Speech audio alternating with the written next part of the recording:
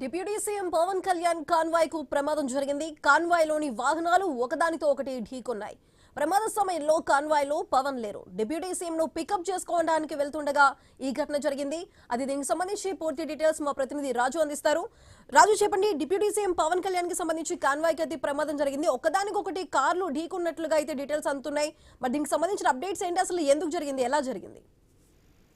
Good morning Sudha. ఏదైతే విశాఖపట్నంలో గత 3 రోజులుగా కూడా నిర్వహిస్తున్నటువంటి ఐఎఫ్ఆర్, మిలానో, అయానో 3 కార్యక్రమాలు కూడా ప్రతిష్టాత్మకంగా నిర్వహిస్తున్న నేపథ్యంలో డిప్యూటీ సీఎం వీటిలో పాల్గొనేందుకైతే విశాఖపట్నం రావడం జరిగింది. రాత్రి విశాఖపట్నం చేరుకున్నటువంటి పవన్ కళ్యాణ్ హోటల్లో బస్ చేసిన నేపథ్యం అక్కడి నుంచి రాష్ట్రపతి కార్యక్రమంలో పాల్గొనేందుకు వెళ్లేందుకు సిద్ధమైనటువంటి పవన్ కళ్యాణ్ పికప్ చేసుకునేందుకు కాన్వాయ్ అయితే వెళ్తున్న నేపథ్యంలో తిరుపురం జంక్షన్ దగ్గరికి వచ్చేసరికి ఎదురుగా ఒక వాహనం రావడంతో ముందునున్నటువంటి వాహన డ్రైవర్ అయితే కాన్వాయ్ లో వాహనం అయితే సడన్ బ్రేక్ వేయడంతో ఒకదానికొకటి అయితే గుద్దుకోవడం జరిగింది. అయితే ఆ చివర ఉన్నటువంటి కాన్వాయ్ లో వాహనం అయితే పాక్షికంగా దెబ్బతిన్నది. మిగతా వాహనాలన్నీ కూడా బాగానే ఉన్నట్టుగా అయితే తెలుస్తుంది.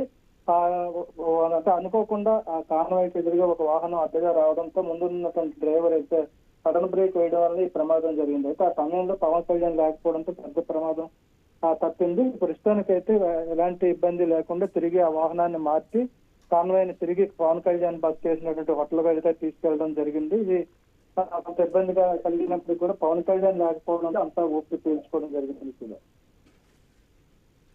Right Raju, thank you.